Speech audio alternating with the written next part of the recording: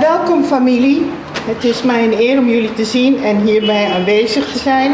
Met dank aan de heer Norman Moron, Masha danki. Ik ben jullie nicht, dochter van Maria Catharina Palm en Hendrikus Frederik Henskes.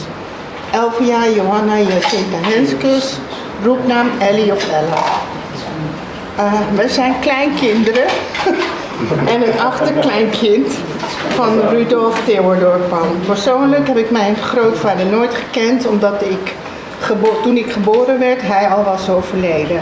En moeder echter heeft mij echt van hoed en rand en alles verteld over onze familie. De geboren vertelster die zij was.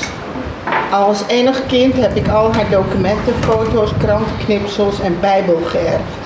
Mijn jongste zoon, Rudolf Theodor Kemper, Rudo, ging laatst met mij even mijn benen veranderen.